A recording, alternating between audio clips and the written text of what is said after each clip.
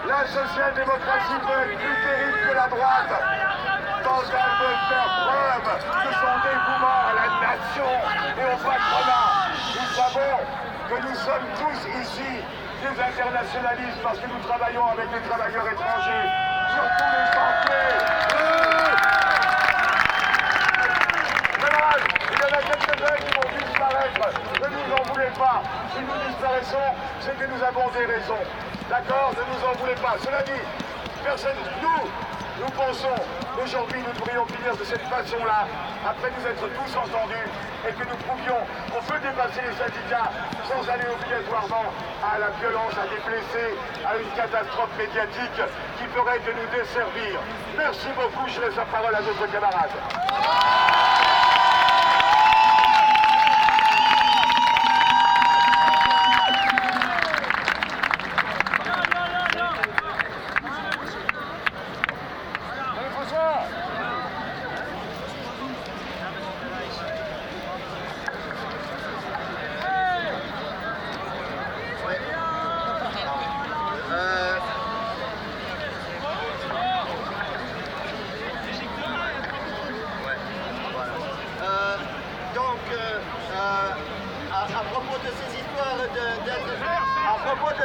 D'être internationaliste, il y a derrière les histoires de frontières, il y a aussi des lois qui ne sont pas acceptables.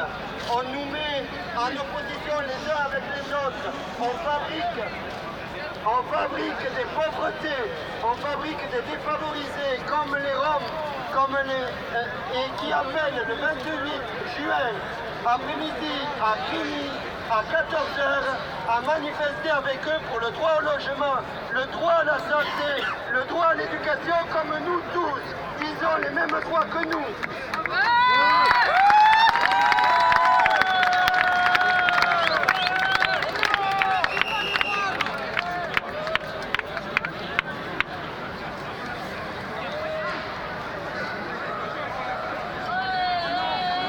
Bonjour à tous, ça fait plaisir d'être là.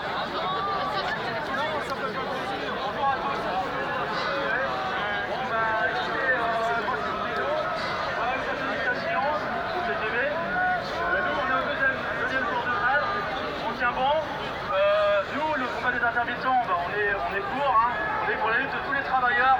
On a un gouvernement de gauche qui fait la même politique que la droite.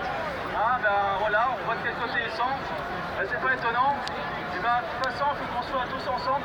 Il faut qu'on continue. Nous, par exemple, les cheminots, on n'a rien obtenu en réalité. Ce matin, j'ai écouté la radio.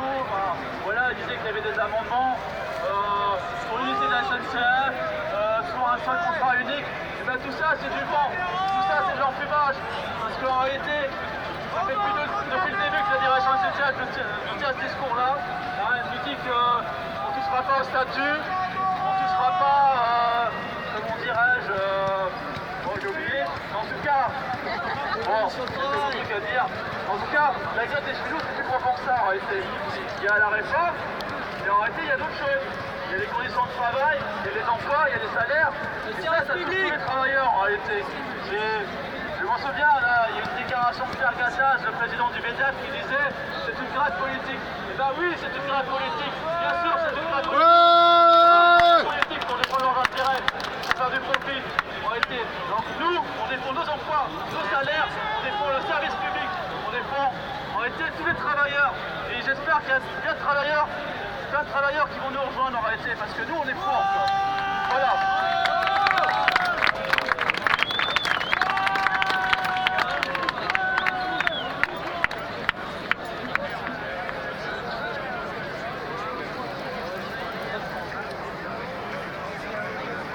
Salut à tous, je m'appelle Mickaël, je suis cheminot de la gare de l'Est, en grève depuis 9 jours. Je tiens à saluer tous les salariés précaires qui sont aujourd'hui ici présents, car c'est une seule et même lutte que nous devons mener contre ce gouvernement et le patronat. Il n'y a pas de cheminots aujourd'hui, il n'y a pas de précaires, pas de sans-papiers, que des travailleurs de toutes les nationalités, et on doit être unis tous ensemble. Il faut s'unir, c'est pas uniquement manifester ensemble qu'il faut faire, c'est organiser la grève tous ensemble. Les cheminots tiennent ce soir une assemblée générale lutte à Saint-Lazare. Et je pense que ça serait bon qu'il y ait des délégations de tous les secteurs en lutte qui viennent pour débattre avec les cheminots de comment organiser la lutte contre ce gouvernement. Il n'y a pas de gauche, il n'y a pas de droite, il n'y a qu'un gouvernement capitaliste aux ordres du patronat et qui veut nous plonger dans la misère. Et si on veut gagner, il ne suffira pas de se battre tous ensemble aujourd'hui, mais d'aller chercher les autres secteurs qui ne sont pas encore en grève. La RATP, il faut aller la chercher.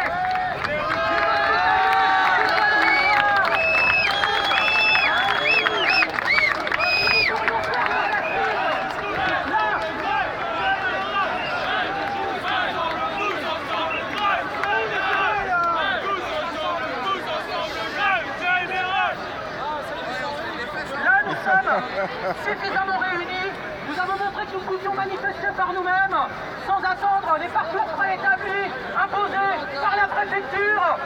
Et pourquoi n'irions-nous pas faire le tour de l'ensemble des hôpitaux, des postes et de toutes les boîtes où encore ils travaillent, pour les convaincre de partir en grève et de les fisquer, car ce n'est que comme ça, et à cette condition, qu'on fera reculer le gouvernement. Merci.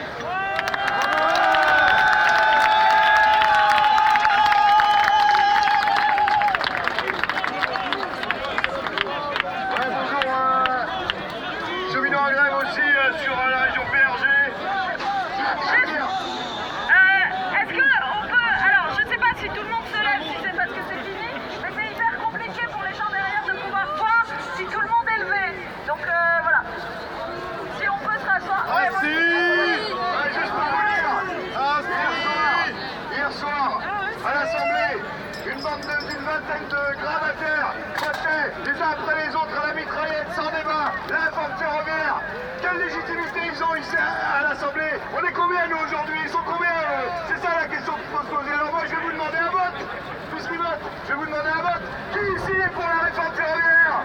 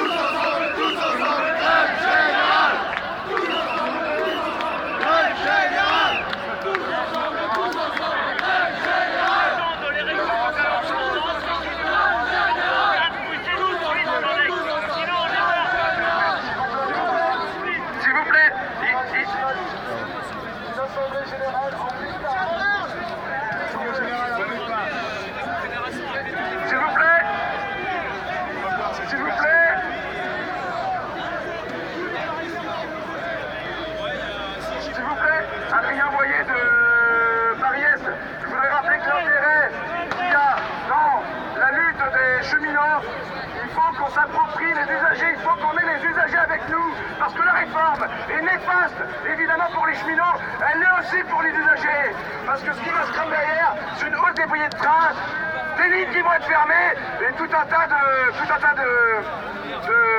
choses qui vont être fermées pour les usagers. Et donc, ce qu'il faut bien comprendre, c'est avoir les usagers avec nous, et voilà. Pour ce qui est de la mobilisation, les médias parlent tout le temps qu'on est entre 12 et 14% de mobilisation. Il est nécessaire de rappeler que sur Paris-Est, sur Paris-Nord et sur toute l'île de France, l'ensemble des cheminots qui ont fait grève représentent plus de 80% du personnel depuis le début de la lutte. Donc il faut bien se dire qu'on est légitime à faire cette grève et que l'ensemble des